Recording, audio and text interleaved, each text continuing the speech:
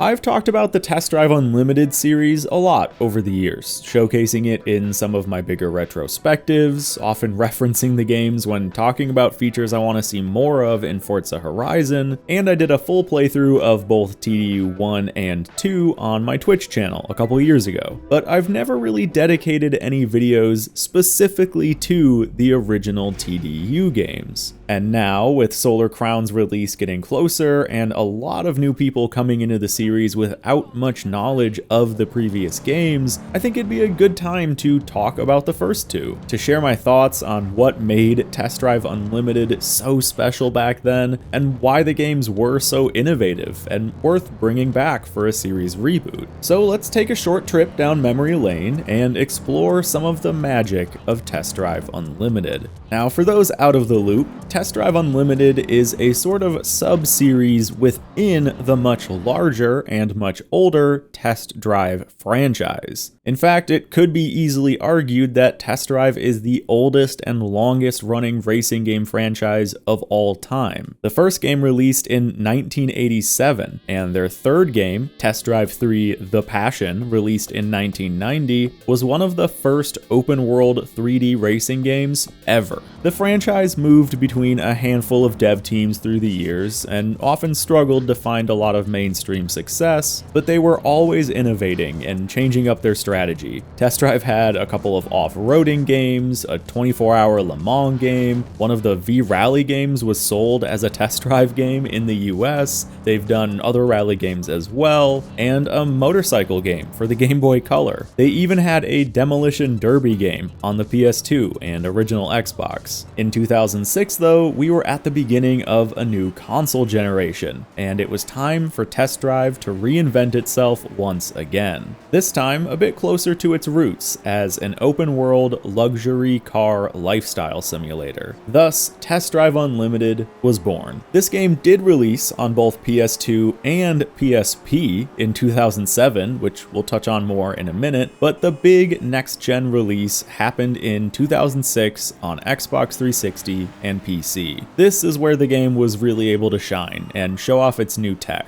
The big, marketable, standout feature of Test Drive Unlimited, what it probably gets remembered for the most, is its map. TDU 1 had a full geographical 1-to-1 scale recreation of Hawaii's island of Oahu. This would be an incredible feat now, but it was mind-blowing back in 2006. I know these days we have games like The Crew 1 and 2, which are even bigger, but to put TDU's map into scale, this is the size of Oahu in TDU 1, with every other Forza Horizon map to scale inside of it. It's just hard to overstate how absolutely immense this was. It lived up to the name Unlimited because this was a map almost on the scale of an MMO, the likes of which we had never before seen in a racing game. Anyone who played TDU 1 back in the day will remember its final race, the Millionaire's Challenge, which is a 124-mile-long time trial around the entire island that takes nearly an hour to complete. If you want to talk about what makes TDU special, this map size is easily one of the best features to discuss because it was such a prominent feature in and of itself. You could spend hundreds of hours in this world and still not have driven on every road or seen every landmark. The exploration felt worthwhile too because you were exploring a real place. This was recognizable as Oahu. While it obviously wasn't accurate down to every city street and building, the major beats were all there. Obviously, the geography and elevation of the overall map was fairly accurate. The highway network, as well as many of the other main roads, were almost the exact same in most areas, and the smaller towns were mostly all there, just scaled down. When I first played this game back in 06, I had been to Oahu a couple times with my family, and I will always have such a fun memory of showing this game to my dad when I first got it, and then both of us driving around by memory to the same areas we had been to in real life. It was such a powerful moment I had never experienced in a game before that immediately immersed me so heavily into that world. I wasn't restricted by invisible walls or obviously placed barriers. I had an entire island to explore, and that feeling of unlimited freedom was such a core part of TDU's DNA. I jump back into TDU 1 every now and then. Obviously, I'm playing it here for this video, and it still just feels so massive and uncompromising. I mean, yeah, obviously the size of the cities and towns are scaled back, the foliage and buildings repeat a lot, and you can't see any people walking around, but it still manages to pull you in and sell you on this 2006 video game replica of Oahu. And if it wasn't impressive enough that this existed on PC or Xbox 360 back then, well, then it's time to bring up one of my all-time favorite facts about both TDU and the PSP. See, most PSP versions of bigger PC or console games were significantly slimmed down in both size and scope. Just look at all the PSP Need for Speed games, for example. They're by and large great games, but often with completely different gameplay and much smaller environments. Test Drive Unlimited said, screw that, and they put the entire same island onto the PSP. This is a handheld console from 2004 with a single core 200 megahertz CPU and 32 megabytes of RAM. That's 1,000 times less than the amount in my current PC right now. I cannot stress enough how impressive this is to me. Like, yes, draw distance is very low, the gameplay has been simplified a bit, and of course the graphics and frame rate have been scaled back significantly. But this is still effectively the entire game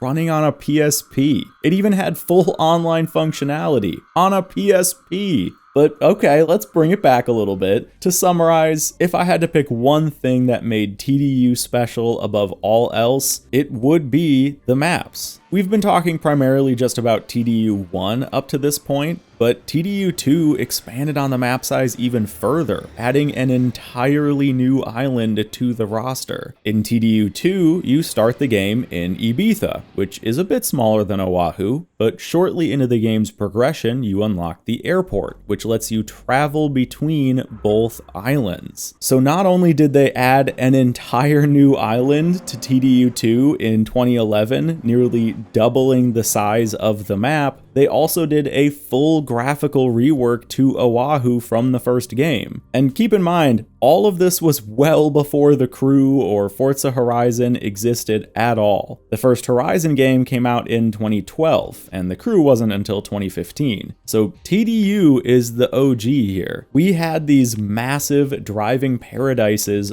long before Horizon 1's Colorado was even a thought in our minds. So we've spent a bit of time talking about the map, but now it's time to talk about Unlimited's other big standout design choice that to me is something sorely missing from other racing game franchises. I'm talking about lifestyle features. In Test Drive Unlimited 1 and 2, you weren't just your car. You didn't just drive from race to race all the way to the endgame, you lived in the TDU world. And this was expressed in so many different ways. Probably the most obvious was the housing and real estate system. Test Drive Unlimited was the first and really only open world racer to give you purchasable, unique homes around the world that actually served a purpose. Each home had limited garage space, so as your car collection grew, so did your need for newer and bigger homes. They served as a place to get info on your career progression, you could customize your character here, and they were obviously major status symbols and goals to shoot for in the endgame. In order to look for new houses, you would have to find and drive to real estate offices, where you could then browse through their available homes through that agent and go on tours of different houses. You could sell properties as well to help pay for new ones, and because the game had good progression, buying one of the multi-million-dollar mansions at the end of the game felt like a very real accomplishment. TDU 2 took this even further by letting you not only walk around freely inside your house and other areas to interact with different items and furniture, but also let you deeply customize each and every home. Some of the late game houses had hundreds of pieces of furniture to select between, and had one of my favorite features ever in a car game, the ability to decorate your walls with photos that you took. Any of these wall art spaces could become one of your in-game photos, and to me there's just nothing more impactful when it comes to immersion than that. It brings so much meaning not only to the photo mode and the housing system, but also to your story as someone living in that world. You would photograph your favorite memories from the game and immortalize them in your house to look back on whenever you wanted. For 2011, this was so ahead of its time, and to this day, it still hasn't been replicated. Horizon's housing system is basically just a glorified background. There's no content attached to the houses and no status associated with having the best ones. You can't even enter the garage of any of these homes, let alone the house itself. And this is part of what made TDU 1 and 2 feel so alive. You weren't just playing a car in a racing game, you were living another life, kind of like The Sims or an MMO, but obviously with a heavy focus on cars. It was like the first high-end racing lifestyle sim, and nobody else has even come close to replicating that. It's what makes TDU so fun to play to this day. And of course, these great lifestyle features extend beyond just the housing. You had clothing shops and hairdressers to further customize your character, there were clubhouses you could buy to meet up with friends, and in TDU 2 especially, there were great unique dealerships all over the island that you could drive to and explore to see what they had on offer, and perhaps take some cars out for a test drive. Buying a new car wasn't just about scrolling through a menu and clicking the buy button, it was a journey and an experience. You would drive around to see what the dealerships had, take some test drives, and then when you finally made your choice and had enough money, you could select between a few trim levels with different paints, interior and exterior choices, and then you were handed the keys and set loose. Like with everything else in the series, Eden Games went through so much effort to make sure everything felt like a real experience, not just a button click in a video game. And that still shows itself so well even today. Again, nobody is doing what TDU 1 and 2 did over 10 years ago. Now, of course, we have to talk about some of the driving features as well, because while the big one-to-one map size and great lifestyle elements are both key parts of the TDU formula, the cars themselves were also given that full experience treatment. TDU is one of the only games that lets you open car doors, roll down your windows, work your turn signals, put the top down in convertibles, and more, including the ability in TDU 2 to get in your friend's car and go for a ride as a passenger. I can't think of any other racing game that lets you do that. And yet again, it goes to show the lengths these devs went to make this feel like more than just a racing game. You've probably noticed the custom gauges as well. Even though you can play in a first-person cockpit view, the third-person cameras still give you the unique gauges that every car has, which is such a great little detail to yet again pull you into the full experience of driving that car. I mentioned that sense of freedom back when I was talking about the map, but it really extends to everything in these games. These were the first social driving MMO lights where you could boot the games up and just kind of do whatever you wanted. You would be hanging out with your friends at a clubhouse, going for a cruise along the coast, and taking pictures to hang up on your wall at home. Of course, you could also do some racing if you preferred, but the dealerships and other walking areas were all multiplayer too, so you could go buy a new car with a friend. Don't get me wrong, games like The Crew and even Need for Speed World had some some MMO-like features, but neither of them ever focused on the lifestyle side of things. It was always really just about your car and racing. In Test Drive Unlimited, you would log in and be surrounded by possibility. The online functionality of these games was, in a lot of ways, the connective tissue that brought everything else together. The map size was cool from a single player perspective, but when you could see other players dozens of miles away on the other side of the island, it really drove home that feeling that you were in a persistent world that didn't just spawn into existence the moment you clicked the start button. This world was always here, and you were just a part of it. That same mentality extends to the lifestyle elements. Sure, it can be fun to customize your house and walk around in dealerships and other spaces by yourself, but it really means something when that home is a status symbol you can show off to other players. And it meant something when you got to watch someone else buy that nice Ferrari that you just test drove even though you couldn't afford it.